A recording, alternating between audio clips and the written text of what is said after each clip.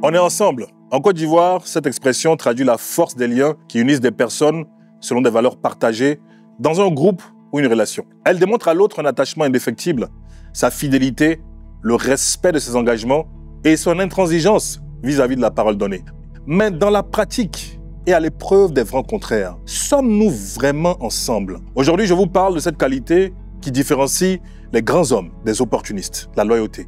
Je suis Marcel Assem, conférencier motivateur, et tu es dans ma mind. Ici, je t'aide à transformer ta mentalité pour réussir. Abonne-toi à mes réseaux pour ne rien rater. Selon Oprah Winfrey, la loyauté, c'est être à tes côtés dans les bons comme dans les mauvais moments. Pas seulement quand ça m'arrange. Mais combien sommes-nous à avoir été des Judas, à trahir des amitiés et des relations, à renier nos valeurs, à sacrifier l'honneur pour de l'argent, une promotion, un statut social ou pour le m'as-tu vu?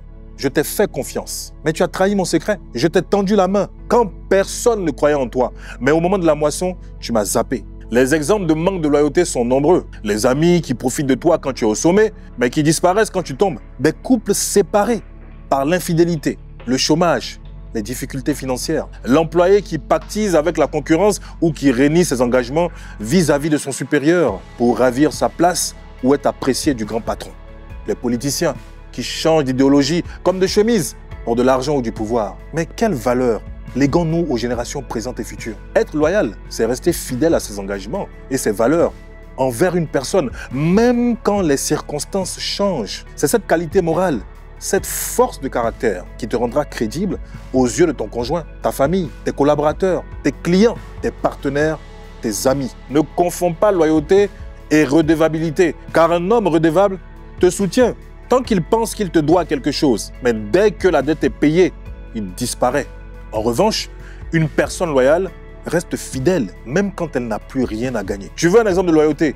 Notre babade national, Didier Drogba. Il aurait pu jouer sous le maillot français, mais il est resté loyal à son pays d'origine, la Côte d'Ivoire. Une décision qui le fit entrer dans l'histoire de la nation orange, blanc et vert. Tu veux te distinguer par ta loyauté? Adopte l'esprit Mamaï. Sois fidèle à tes engagements. Respecte ceux que tu t'es fixés vis-à-vis de toi-même et des autres. La loyauté, ce ne sont pas de belles paroles, mais des actes. Ne sois pas loyal uniquement quand tout va bien. La fidélité d'un vrai ami, d'un vrai partenaire, d'un vrai frère, s'évalue dans la tempête. On reconnaît les personnes authentiques dans les difficultés. Ne change pas pour des avantages temporaires. Ne trahis pas quelqu'un ou une cause juste pour de l'argent ou du succès. Un jour, tu auras besoin de cette même loyauté. La loyauté est l'attitude de ceux qui veulent aller loin et réussir. Plus tu l'appliques, plus tu deviens une personne fiable, respectée et aimée. Écris en commentaire ce que représente la loyauté pour toi. Tag une personne qui incarne la loyauté et partage cette publication. Ma mind, c'est dans ta tête. À la semaine prochaine.